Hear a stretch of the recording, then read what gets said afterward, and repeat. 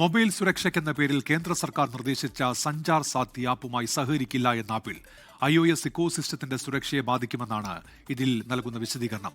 Application നിർബന്ധമല്ലെന്നും ഉപഭോക്താക്കൾക്ക് delete ചെയ്യാൻ സാധിക്കുമെന്നും കേന്ദ്ര സർക്കാർ ഇപ്പോൾ വിശദീകരിക്കുന്നുണ്ട്.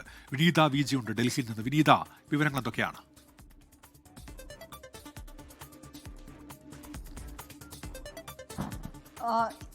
ഈ ആപ്പുമായി ബന്ധപ്പെട്ട ഇപ്പോൾ ആപ്പിളിന്റെ ഒരു പ്രതികരണമാണ് ലഭ്യമായിരിക്കുന്നത്. അതായത് ഈ സഞ്ചാർ സാഥി ആപ്പുമായി സഹകരിക്കാൻ കഴിയില്ലെന്നാണ് ആപ്പിൾ വ്യക്തമാക്കിയിരിക്കുന്നത്. അതിനൊരു കാരണമെന്ന രീതിയിൽ അവർ പറയുന്നത് ഈ ആപ്പിളിന്റെ iOS ഇക്കോസിസ്റ്റത്തെ ഈ നിലവിലെ ഈ സംവിധാനം ഈ സഞ്ചാർ സാഥി ആപ്പ് ഉപയോഗിക്കുന്നത് ബാധിക്കുമെന്നും ആപ്പിൾ വിശദീകരിച്ചിട്ടുണ്ട്.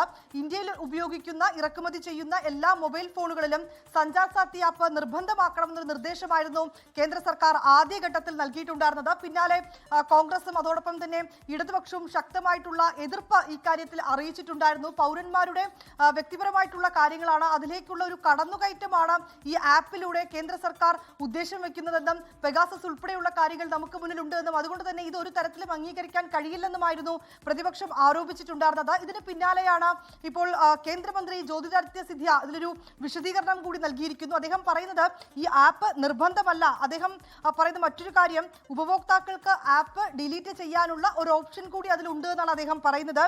പ്രീ ഇൻസ്റ്റാൾ ചെയ്യാനുള്ള നിർദ്ദേശം അത് സുരക്ഷ മുൻനിർത്തി മാത്രമാണെന്നും ഈ ആപ്പിന്റെ കാര്യത്തിൽ ഒരു നിർബന്ധവും ഇല്ല എന്നും അദ്ദേഹം വിശദീകരിച്ചിരിക്കുകയാണ്. ശരി വിനീത VG ആണ് ഡൽഹിയിൽ നിന്ന് വിശദാംശങ്ങൾ നൽകിയത്. ലോകത്തെവിടെയായാലും ഏത് സമയത്തും 24 വാർത്തകളും ഓഗ്മെന്റഡ് റിയാലിറ്റി പാക്കേജുകളും എക്സ്പ്ലെയിനറുകളും വിശദമായി കാണാൻ ഞങ്ങളുടെ യൂട്യൂബ് ചാനൽ നിങ്ങൾക്ക് സബ്സ്ക്രൈബ് ചെയ്യാം.